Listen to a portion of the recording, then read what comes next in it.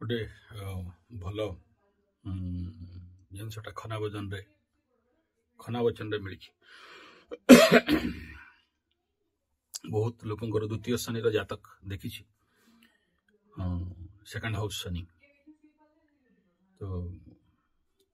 ये जिनसटा बहुत लोग कहती यहाँ बहुत सत नुहे बाधा सत अटे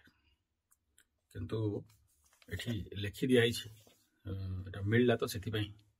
आपण मान गोचरार्थ बन दूची शनि द्वितीय धन कुटुंब भाव स्थित द्वितीय स्थान रे थिले से जातक धन जन मन सर्वदा अस्थिर रहे। धन जन मन अस्थिर पाइब एवं से निर्धन होता है।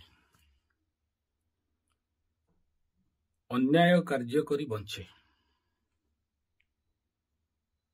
अच्छा उच्च स्थान रे थिले हबनी ए फलटा उल्टा हो निचस्थ कि अन्य स्थान बहुत जातक देखी सारी तो अस्थिर रहे एवं अन्याय कार्य करी बंचे जति एथि से जागृत न हला। अच्छा ये अन्यायटा कौन ना निज सहित भी अन्याय करिवो पर सहित भी करिवो एवं से अन्यायटा बुझी पारे जे से अन्यायटा करुछि। मजा कथाटा से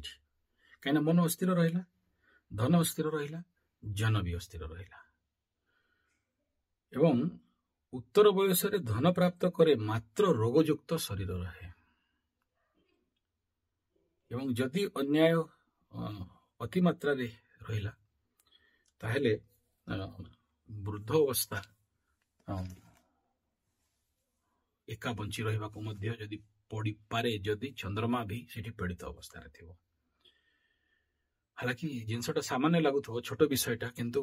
बहुत गुडे लोक या ऊपर मते कमेंट करथिले से सेकंड शनि वीडियो रे देइथिली बेले तो सेति पई एटा मिलिला बेले एबे हठात एंदी जस्ट उल्टोथिली बहिटा देखा गला ए कथाटा तेणु एटा आपण मानकर गोचरार्थे ए कथाटा बाहर कर देली हो से यार बहुत गुडे अलग अलग फल अछि अन्य भाव रे अन्य फल होबो किंतु पीड़ित शनि निचस्थ शनि एवं जदि मार्केस अवस्था रे अछि ताले बहुत गुडे समस्या लोकंकर जीवन रे आसीबार संभावना थाए। तेणु एठी गोटे कथा बुझी रखिबा दरकार जे मन को भले स्थिर होबो एते सहज रे होएनी एवं धन को भले स्थिर होबो एते सहज रे होएनी एवं जन ता लाइफ रे जो लोक माने आछंती ए तीनटा को जदि से कंट्रोल कर दे पारिला ताहले एठी उत्तम फल मध्य अछि एवं मुंडरे रखिबा दरकार अटे जे